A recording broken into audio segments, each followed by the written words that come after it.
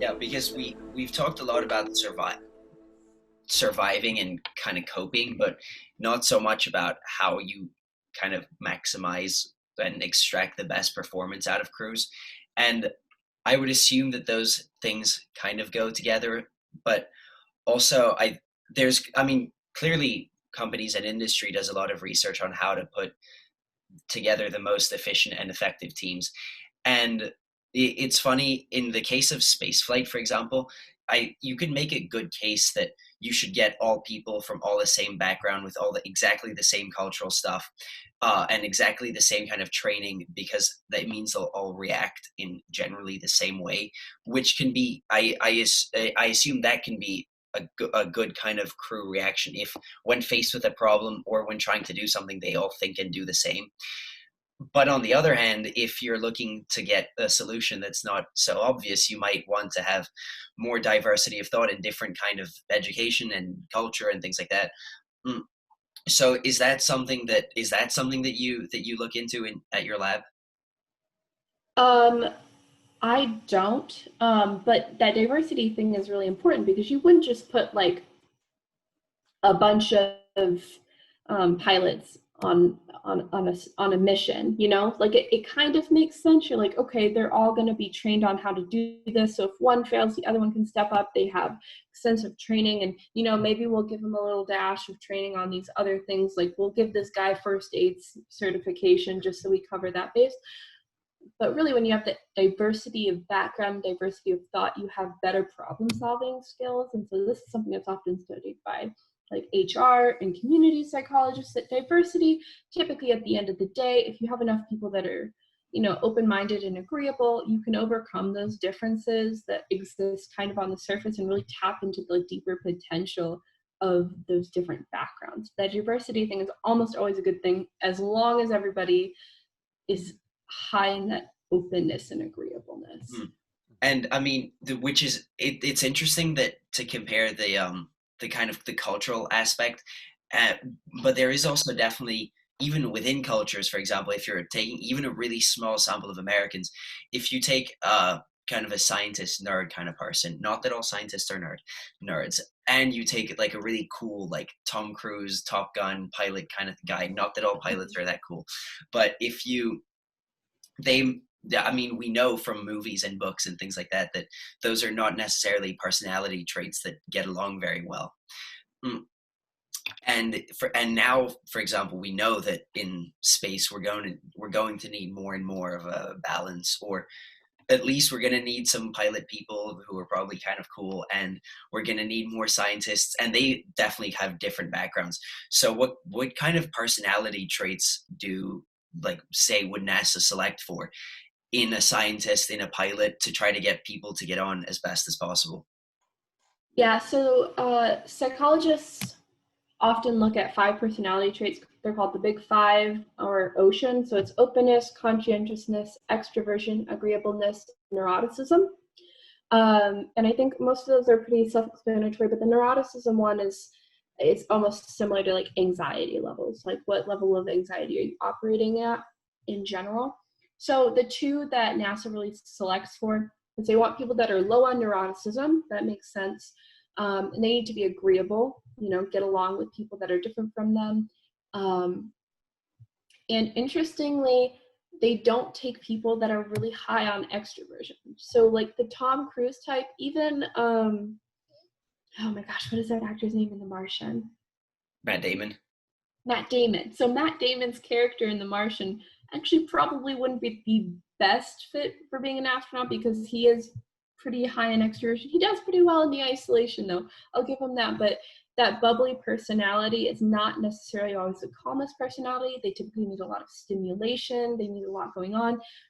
And as stimulating as flying into space might be, it's those long time periods where nothing's going on, or you're checking on how many millimeters your plant grew that day, that doesn't offer that kind of stimulation that would be great. Um, but you know, they're looking for people that are level-headed, which is why they just naturally tap test pilots. In fact, the Mercury missions initially, you know, they were like, well, let's just open it up to the general public, and maybe we'll let people that are really adventurous, try out for the astronaut corps. And then they were like, no, we're gonna just look at the test pilots for now. That drops them down to like 500 something people that are eligible. And then they were like, okay, you need a college degree. But one of the astronauts was able to slide some money under the table and get away with that. I can't remember who it was. So those are the personality traits they're looking for. They're looking for people that are also very not. So they look for high in achievement and vitality. So vitality being slightly different from extroversion. But yeah, people that really value achievement, value universalism, value security, and kind of have their own self-direction. Yeah, so those are the kind of traits that they're looking for. Someone wrote like an expose in the 80s that basically pointed out, I just ordered this book on Amazon because when I was researching for this, it sounded super cool. She basically wrote this expose that was like, by the way, NASA isn't actually looking for specific personality traits. They're basically looking for feats of strength. And then after that, NASA started spending a little bit more time looking at these personality traits, but the actual study of it didn't start really in earnest until about the 90s.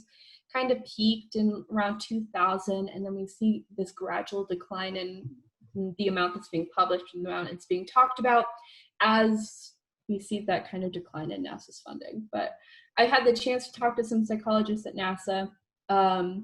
They've been super great and accommodating to talking to me about it. But again, it doesn't sound like it's something that NASA's pouring a ton of money and research into. They're more interested in like human factor sort of things at the moment. Like, how do we make the seat super ergonomic? Or how do we make this button like easy to press or like intuitive to press in case of an emergency? So in that case, NASA right now is looking a lot at pilots and how pilots perform under stress and under pressure. The actual selection process, it doesn't sound like they're pouring as much money into it. It's mostly being done at the level of like universities that just happen to have professors who happen to be curious about this. And do you think people are born that way, or is that kind of a product of your environment? Because, and I know that's probably kind of there might not be a great scientific answer to it, but for example, if you just took a random person and you were wanting to say make them a test pilot or make them an astronaut, would you be able to train them, for example, to have some of the better personality traits, or is that something that you just kind of are and that is kind of invariant throughout your life? And that reminds me of I think it was also a movie, but The Right Stuff. And so they portrayed the original Mercury 7 astronauts, including Alan Shepard, as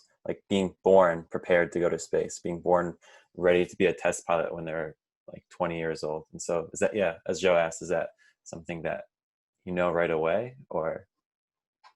So personality is a mix of genes and environment. So some things are more heritable than others. Like think about neuroticism, for example. If you're high in anxiety, that probably stems from more of a neurochemical imbalance thing. That's hard to control.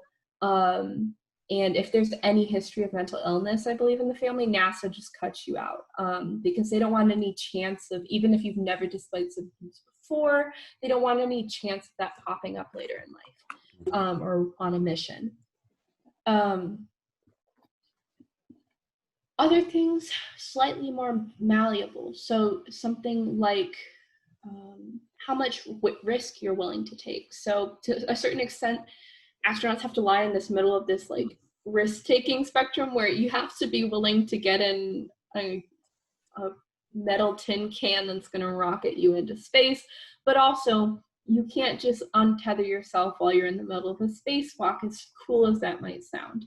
But that particular factor, which I'll call, sensation seeking, because that's one of the things I like to research. So sensation seeking, it's largely based on your environment that you grew up in. There's a little bit of a genetic risk factor that has to do with like how your brain processes dopamine and serotonin. But for the large part, like if you grow up in an area where you can take a lot of risks, then you're going to be more inclined to continue doing those as long as it always pays off. As long as you always get a high from cliff diving and you don't end up actually dying from it, You're going to keep doing it because it's going to make you feel good. So can you build an astronaut? Certain things, yes. But can I train, someone to be an extrovert? No, not really. Can I train someone to want to get a college degree? Kind of. You can push them in that direction, but whether or not they succeed, that's largely based in something you can't control. But yes, in terms of the Mercury 7 knew what they were doing and they were built for this, they probably were. They probably really worked hard in high school to get good grades so they could get to a good college, they could get placed into the test pilot training program. They probably paid a lot of attention to their health because any little thing cuts you out of the test pilot program. So a lot of these astronauts are really high in that achievement dimension, which is why NASA kind of naturally seeks them out, because they know what they want, they're going to go after it, they're goal focused, and they're going to stick to it. And some of those other things like agreeableness, that can kind of be taught. Like you can kind of be taught to be a nicer person. But again, they also just, the job calls for a certain kind of person. And so, hey everyone, thank you for listening to this podcast episode. This is Michael. This is Sam. This is Tommy. And this is Joe. If you're listening to this on YouTube, make sure to like, subscribe, and share with your friends. And if you're listening on Apple Podcasts or Spotify, make sure to leave a review. All of the show notes can be found either in the description below or on our website.